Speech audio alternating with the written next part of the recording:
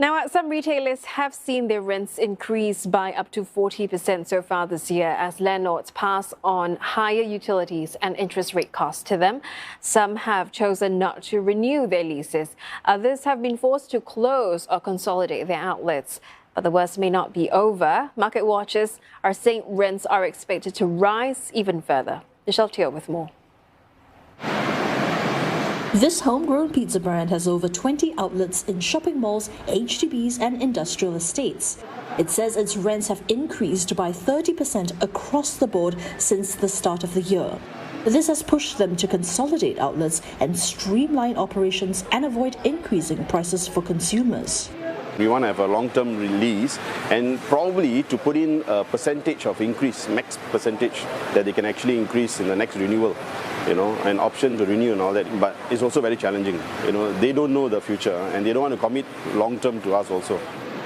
If this happens, the company warns that its current cost-cutting measures aren't enough to keep it from raising its prices.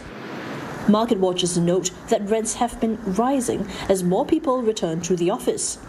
Reopening borders have also helped to boost tourist footfall in shopping centres. The retail sector has not had a runway where restrictions were lifted without interruption, without disruption until April this year.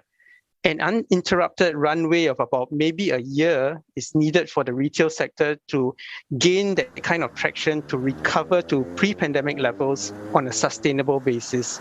So rents will likely continue to firm up in the remaining 6 months of 2022. For some retailers, the situation is proving untenable. A survey by the Singapore Tenants United for Fairness has found that rental issues have forced more than half of its 1,000 members to close more than one shop so far this year. The cooperative wants more to be done before businesses shutter for good. I think one of the best ways to ease this issue is for tenants, the government and the landlord to come together and agree on some market pricing transparency mechanism, very similar to what we have in the residential property market, which we think is fair.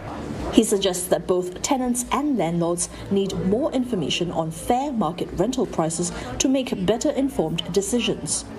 Helping to see this through, the Code of Conduct on Fair Tenancy was recently revised to cover, among others, compensation when leases are terminated early and exceptions on limits for security deposits. A public feedback exercise is ongoing as plans get underway to turn the code into law.